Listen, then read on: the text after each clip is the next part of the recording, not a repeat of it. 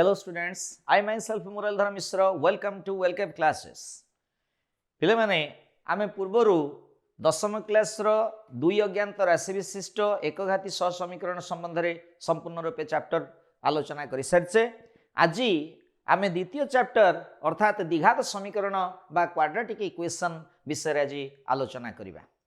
A quadratic equation रे कोन करिबा ना गोटे खेल पड़िया विषय नबा। तमें सब पिले जानिच फुटबॉल जो खेल होउची से फुटबॉल रो जो ट्रैक लाइन सब रही से जो आम फिल्डटा नौचे से कौन ना क्षेत्रफल बाहर करा जाए। तो क्षेत्रफल जो आम बाहर करवा ये गोटे छोटिया एग्जांपल आम नहींचे जे कौन जदि ये जो क्षेत्रटीर दैर्घ्य मनकर अच्छी एक्स एवं क्षेत्रर प्रस्थ अच्छी केते वाई तेबे आमे क्षेत्रफल जिते बाहर करवा निर्णय करवा आम जानी आयताकार क्षेत्रर क्षेत्रफल होची दैर्घ्य गुणन प्रस्थ ना नहीं।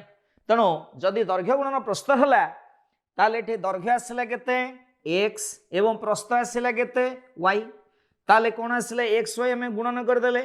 तेणु यहाँ आसला कौन एतिकी वर्ग एकक बोली आम नबा कहीं ये आम मीटर किंबा सेमी एगुड़िक कौन प्रकाश करना यूनिट नहीं ना। तेणु केवल एकक बोली नहींचे तेणु ये आसो वर्ग एकक। तेणु ए घात केते आसला पिले देख ये गोटे अज्ञात राशि अच्छी केसे एक्स एवं आउ गोटे अच्छी वाई।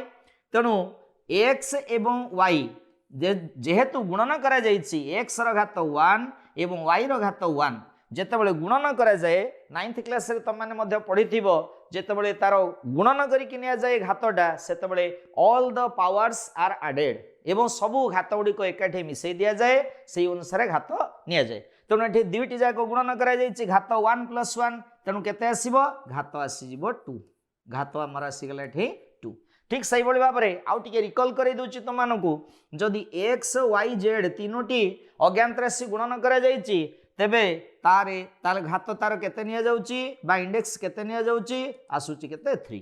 ठीक सही भाई भाव में आमे 4टा 5टा एमती जदि गुणन करिबा जदि गुणन कर रखा जाए ताले समस्तंकर घात गुड़िक मिसीजिव एवं जेतिकी फाइनाल बा रिजल्ट जेतिकी आसला सेटा होची से पॉलिनोमियल घात बोली हिसाब करा जायथाय। वर्तमान आम आसवा गोटे द्विघात समीकरण फॉर्मेट उपरको आसवा यही क्षेत्रफल बाहर करवा। तो कौन क्षेत्रफल केमती नवा जदि दैर्घ्य को आम नेले एक्स + 1 अर्थात प्रस्थ ठारू दैर्घ्य रहिला एक अधिक बा एक एकक अधिक ताले प्रस्थ केते हबो ताठारू एक कम तेणु एटाको एक्स नेले जेतेबेले क्षेत्रफल निर्णय करवा कौन हबो ना दैर्घ्य गुणन प्रस्थ ताले एक्स + 1 होल इंटू एक्स ताले गुणन करदबा एक्स को एक्स रे गुणन कले केते आसीबो ना एक्स स्क्वायर देन प्लस अछि एक्स को 1 रे गुणन करबा एक्स ताले वर्तमान एटी गोटी आसला कोन एक्स स्क्वायर प्लस एक्स एटा गोटे द्विघात पॉलिनोमियलटी आसला। तेणु जेतेबेले आमे समीकरण को आसीबा द्विघात पॉलिनोमियल कथा मध्य आलोचना करिबा।